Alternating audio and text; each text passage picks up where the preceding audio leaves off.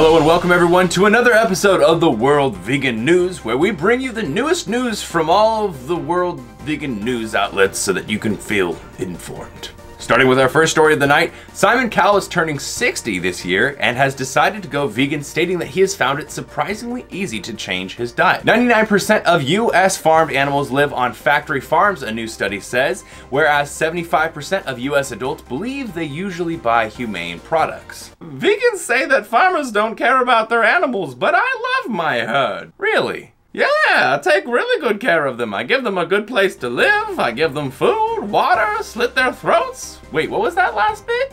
I give them water? Vegan climate activist Greta Thunberg makes Time's Influential People of 2019 list. She's spoken at TEDx, the UN, and many other places, and she looks like she would single-handedly murder the entire White Walker army. Kudos, Greta. Popular pizza chain Blaze Pizza welcomes vegan chorizo to its menus nationwide. Well, slap my ass and call me hungry because that sounds delicious. Popular vegan fast food restaurant Veggie Grill plans to expand to 50 outlets across the US, with many of the outlets appearing on the East Coast. So for those of you who haven't had the delight of munching down on one of their buffalo wings or nacho plates, you'll now get your chance. Burger King just rolled out its plant-based Impossible Whopper and has been described as a wake-up call for livestock farmers by a senior meat industry lobbyist, Eric Bohl. Bohl says, "This is not just another disgusting tofu burger that only a dedicated hippie could convince himself to eat." Thanks, Bohl. I think. I f***ing love tofu burgers. In other news, Disney World launches plant-based cuisine pamphlets for its guests so that you can easily find vegan options within their parks. Someone wake Walt from his cryo freeze so we can have some vegan gumbo together. Prince Harry's wife Meghan Markle says she wants to raise their baby completely vegan, but Emperor Palpatine, the Queen, says no. Prince Harry seems to err on the side of caution when dealing with the Queen. It seems that she has all the power in this family.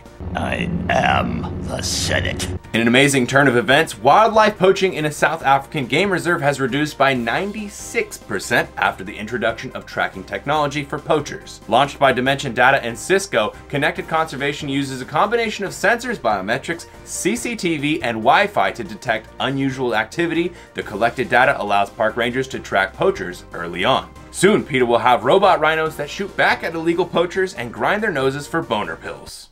Okay, not really, but it seems fitting. Russell Brand went on Joe, You Should Eat Some Eggs, Rogan's podcast recently, and touched on why he's vegan. To which Joe responded, "Well, you're a fit guy, you're a healthy guy. If you just keep going, get off that fucking vegan diet and keep going. To eat eggs. If you don't want to kill any animals, please just find a good farm that has pasture-raised eggs and see how much better you feel. Or eat animals that are assholes. You should find animals that are assholes in the woods. Only eat the assholes." So yeah, according to Joe, if you're gonna eat the animals, eat the assholes. 12,000 doctors file a new lawsuit against the USDA to get fecal matter out of meat. The new lawsuit is a measure to compel the USDA to act on a petition filed in 2013 after conducting independent tests on 120 chicken products sold in 15 supermarkets across 10 cities, 48% of which contained fecal matter. So if you're someone who's still eating chicken, it might feel pretty to find that fact out. After switching to a vegan diet, Neo says, "I'm loving it." The World of Dance judge credits his plant-based diet for helping him lose 30 pounds and overcoming painful tendinitis. He goes on saying, "A friend told me a plant-based diet could reverse the effects of heart disease and cancer. I had tendinitis in both my knees. 2 weeks later, brand new knees, like it never happened. I kid you not, I feel fantastic." Well, kudos, Neo, and a tip of my hat to you. In some very gross news, the USDA allows pink slime to be labeled as ground beef. South Dakota-based company Beef Products Inc. produces LFTB, lean, finely textured beef, previously only used in companion animal food from meat trimmings left on animal bones that are mechanically separated from fat before being ground into a thick paste. And these same people are the ones having an absolute conniption when they see Carl's Jr. has plant-based burger options. Go on then. Eat your pink paste. Sounds downright natural. As consumers continue to embrace plant-based foods, the U.S. meat and dairy industries have increased their efforts to lobby legislative bodies to require plant-based companies to relabel their products with terminology that does not compete with animal-derived products, even when qualifiers such as meat-free and non-dairy are used.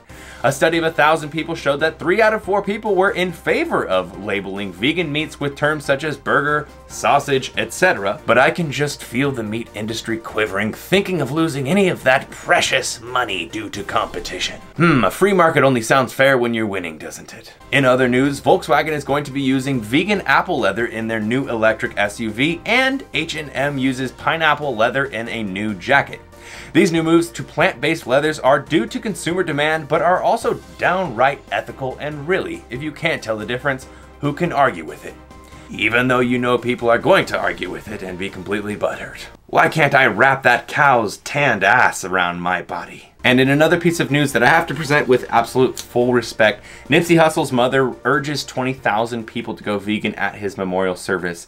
Angelique Smith spoke about her son and urged everyone watching at this service to go vegan, saying, "I want to encourage you to choose a vegan lifestyle." She also went on to encourage people to limit their consumption of alcohol and narcotics. And I personally can't say enough about the impact that Nipsey has had on the community in a whole. And with a heavy heart, I want to say rest in peace to an amazing man. If you haven't taken the time to see the initiatives and the things that Nipsey Hussle has done for his community, you absolutely should take a second, search through that, and see what an absolute loss and tragedy it is to lose such an amazing person. And with that, my friends, that concludes our episode today of the World Vegan News. I am your host, Brock Lee, bringing you all the newest news from all the news outlets. If you do want to see daily news as it comes out, I highly suggest checking out Plant-Based News as well as Veg News and Live Kindly. All three are great outlets to find more amazing vegan news on the daily. I appreciate your support for the first episode, and hopefully appreciate your support for this episode as well. As long as you guys request more of Brock Lee in the World Vegan News, it will continue coming. So look out for episode 3 in the next few weeks, and you guys have yourself a good time and avoid that urine. I'll see you next time, everyone.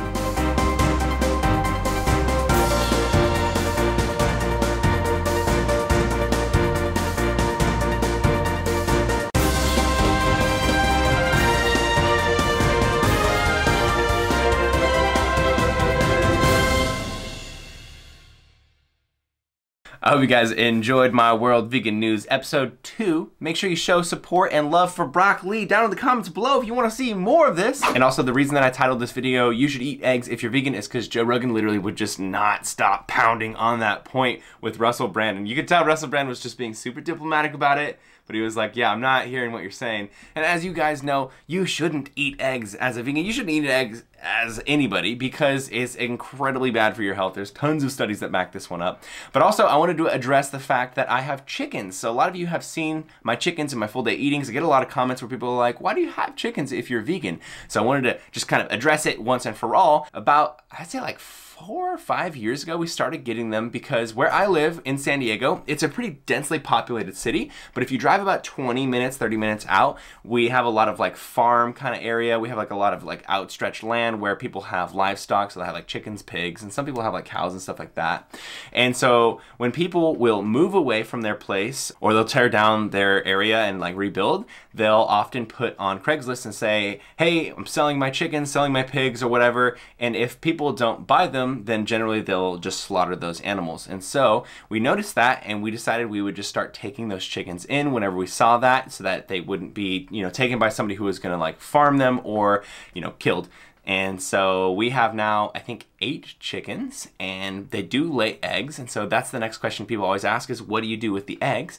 And so what we do is, where we live, there's kind of a lot of an older generation around us. Our neighbors are generally pretty old. And so they're kind of like in that mindset of, you know, eggs every single morning for breakfast. And I figured if they're already buying eggs every day at the grocery store, then they're supporting factory farming. And if our chickens are already laying eggs and we're not going to eat them, they're just going to sit there and then, you know, rot, we might as well give those eggs to the people around us, and then those people won't buy eggs at the grocery store, which, even though it's a very small impact, I feel like it's still pretty cool because those people aren't supporting the factory farmed egg industry. So there, in a nutshell, is the explanation for why we have chickens. I also just love them. It's really cool because if you have food and you have a little leftovers, you can throw it out the window and they'll eat every little bit of it. So I just enjoy them. They always have like a really cool, funny like personality and everything like that too. So it's fun to watch them do stuff. So every time I put up a video and there's a chicken walking in the background or something like that, people comment and they'll say like, why do you have chickens if you're vegan? And so now you guys know, and if you feel like addressing those comments for me, please do. It helps a lot, and I really appreciate it. And now you kind of know the story behind why I have rescue chickens. Also, before I go, I want to let you guys know that there's a new episode up on my podcast, which just launched season 2, Beyond the Podcast. Today's episode was a world news episode, so very similar to this one, except just addressing everything in the world. It's a really entertaining and interesting podcast. You should definitely check it out. If you did enjoy this video, make sure you give it a thumbs up. Let me know what you thought in the comments below, and subscribe if you're not subscribed already. Team Beyond the Week, CT. Lift heavy or die Myron, motherfucker. Team Beyond the Week.